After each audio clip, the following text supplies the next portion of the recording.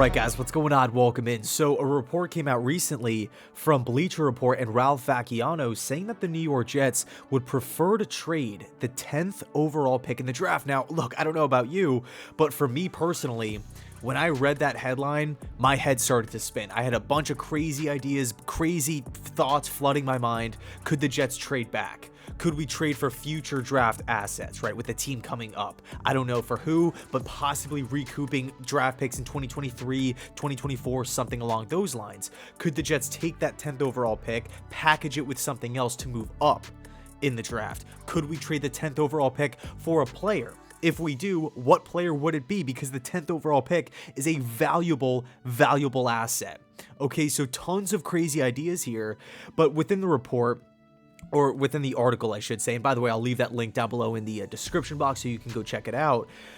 Ralph went on to say that it's too early to really know anything and that he's heard that the Jets prefer to trade this pick if they can, and he went on to add that the more likely scenario would be for the Jets to add a future first-round pick in an upcoming draft, right, so next season. And the first thing that instantly pops into my mind is the Chicago Bears and the New York Giants, obviously from last year. Okay, the whole Justin Fields trade. The Giants were sitting there, they trade back with the Bears, Chicago moves up, selects Fields, the Giants go on to select Kadarius Toney, and then now they own 2 top 10 picks in this year's class. Now, let's explore this, okay? Let's just say that the Jets trade down here.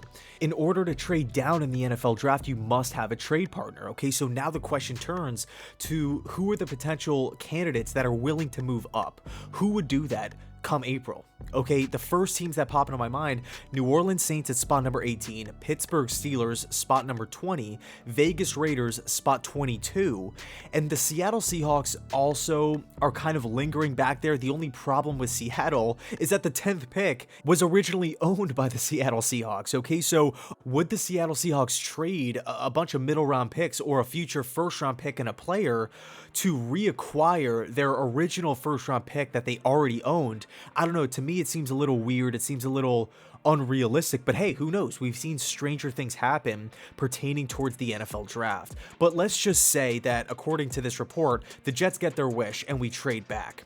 We're not going to put like a specific number on it. Let's just say anywhere from 15 to 32, giving us a wide range. The Jets will have tons of opportunities to draft day one impact starters, day one upgrades. Okay, I actually had to break out the notebook here to write down all these names that just popped into my head.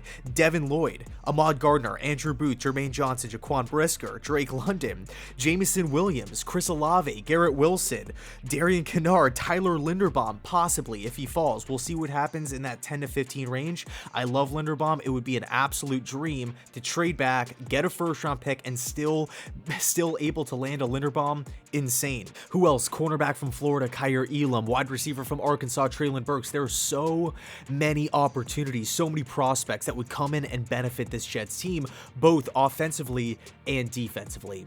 The luxury of having 2 top 10 picks is, I mean, it's so valuable. It's almost hard to put in words. It's almost hard to describe. And I know it doesn't really seem that rare because the Lions have 2 first-round picks, the Giants have 2 first-round picks, the Eagles have 3 first-round picks, crazy enough.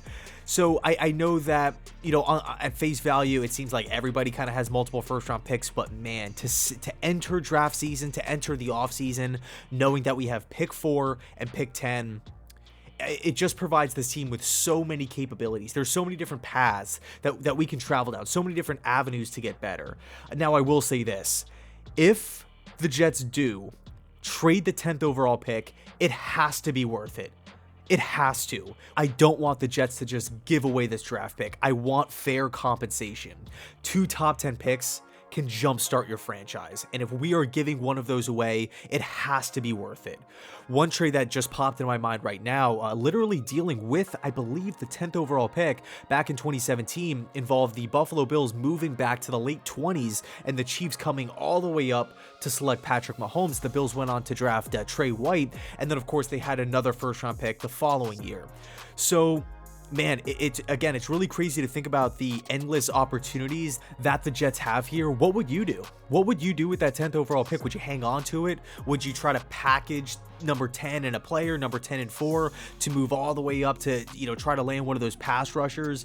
Would you trade the 10th overall pick for a player? I know the name that's being floated around right now is Calvin Ridley. For me, I like Calvin Ridley a lot. I think he would be an awesome fit in what Mike LaFleur wants to do in his offense. The route running, the separation, it's all there. The numbers back in 2020, everything is there from an on the field standpoint. Everything with Calvin Ridley checks out. I think the 10th overall pick, though, is a little rich. I think that's overpaying a tad for Calvin Ridley.